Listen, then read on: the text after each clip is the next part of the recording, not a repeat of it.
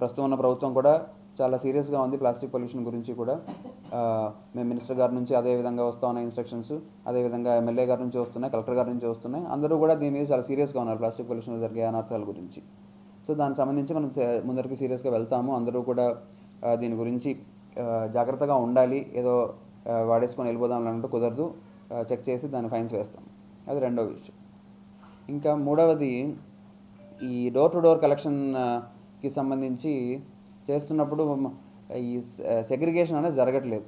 ఈ తడి పొడి చెత్తని వేరు చేసి ఇవ్వట్లేదు జనాలందరూ కూడా.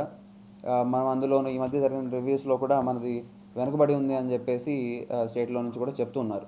డోర్ టు డోర్ కలెక్షన్స్ చేస్తున్నాం, అనే ఇళ్ళలోంచి తీసుకొని వస్తున్నారు, అందులో అయితే జరుగుతూ ఉంది. కానీ ఆ జరుగుతున్న దాన్ని మనం సపరేట్ ఎందుకు చేయట్లేదంటే ఇళ్ళలోంచి ఇస్తున్న వాళ్ళు దాన్ని కలిపేసి ఇస్తున్నారు.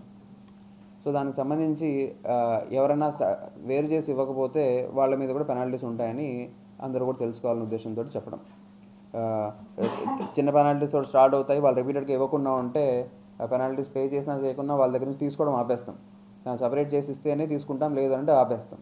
వాళ్ళు దాన్ని తీసుకొని వచ్చి ఎక్కడన్నా బయట అందు వేశారు అని అంటే దాని మీద హెవీ పెనాల్టీస్ ఉంటాయి. ఆ పెనాల్టీస్ పే చేయకుండా అంటే ఇంటికి వాటర్ కనెక్షన్ ఆపేస్తాం. సో ఆ విధంగా ఎన్ని విధాలుగా అయినా సరే వాళ్ళు రూల్స్ ఫాలో అవుతూ దాని ప్రకారం సహకరించే కొద్దీ మనం ఇంకా చేయడానికి ఆస్కారం ఉంటుంది. మన పట్టణం మొత్తాన్ని కూడా నీట్గా ఉంచుకునే ఆస్కారం ఉంటుంది. అలా హెల్ప్ చేయని వాళ్ళందరూ కూడా వాళ్ళు ఇబ్బంది పడతారు. మన కార్పొరేషన్ అందరినీ ఉన్న ప్రజలందరూ కూడా ఇబ్బందులు క్రియేట్ చేస్తారు. ఆ విధంగా లేకుండా సహకరించాలని ఈ విధంగా కోరుతున్నాం ప్రజలందరినీ కూడా. ఇది ఒకటి. దీనికి తోడు ఇంకా ఎంక్రోచ్మెంట్స్ కానీ అన్ఆథరైజ్డ్గా కానీ కన్స్ట్రక్షన్స్ అన్నవి కొన్ని వస్తూ ఉన్నాయి. పర్మిషన్ తీసుకోకుండా ఏదో ల్యాండ్ కట్టేయడం స్టార్ట్ చేద్దాం, ఆ తర్వాత చూద్దాంలే అనుకోవటము, ఇలాంటివన్నీ. అటువంటి వాటన్నిటిని చాలా సీరియస్గా తీసుకోవడం జరుగుతుంది. క్రిమినల్ కేసెస్ ఫైల్ చేయడం, ఛార్జ్షీట్స్ ఫైల్ చేయడం అవన్నీ చేస్తాము. సో ఎవరు కూడా వితౌట్ పర్మిషన్ స్టార్ట్ చేయొద్దు అనేది ఒకటి.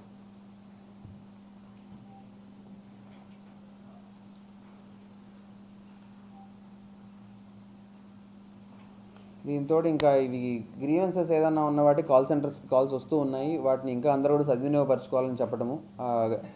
కాల్ సెంటర్కి వస్తున్న కాల్స్ చేయండి, ఏదన్నా ఉన్నా సరే వాటిని ప్రతి ఒక్కటి కూడా కాల్ వచ్చిన వాటిని పరిష్కారం అయిన తర్వాత ముందులాగా కాకుండా ప్రతి ఒక్క గ్రీవెన్స్కి కూడా మళ్ళీ తిరిగి వాళ్ళకి కాల్ చేసే విధంగా చర్యలు చేపడుతున్నాం. ఇది కలెక్టర్ గారి నుంచి వచ్చినటువంటి ఆదేశాలు. అదేవిధంగా మనం కూడా తీసుకున్న స్టెప్స్.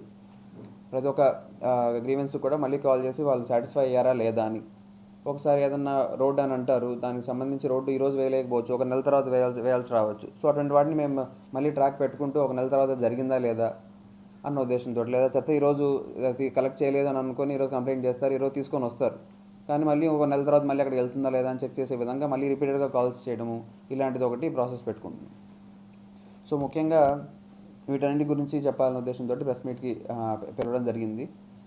ముందు జరుగుతున్నట్టు రాజీవ్ పార్క్ దగ్గర యాక్టివిటీస్ చేస్తూ వస్తాం, కల్చరల్ యాక్టివిటీస్ ఏవైనా కానీ అక్కడే అవేర్నెస్ యాక్టివిటీస్ కూడా చేయడం. ఇలాంటి తడి పొడి చెత్త సపరేషన్ కానీ, లేదా క్లీన్గా ఉంచుకోవడం గురించి కానీ, ట్యాక్సెస్ పే చేయడం కానీ, ఇలాంటి డిఫరెంట్ వాటి గురించి కూడా మనము అవేర్నెస్ యాక్టివిటీస్తో పాటు ఏదైనా కల్చరల్ యాక్టివిటీస్ రాజీవ్ పార్క్ దగ్గర చేస్తూ ఉండేవాళ్ళు మీకు తెలిసిన విషయం. దాన్ని కంటిన్యూ చేయడం స్టార్ట్ చేస్తాం. వచ్చే ఈ సండే నుంచి కూడా స్టార్ట్ చేస్తాం.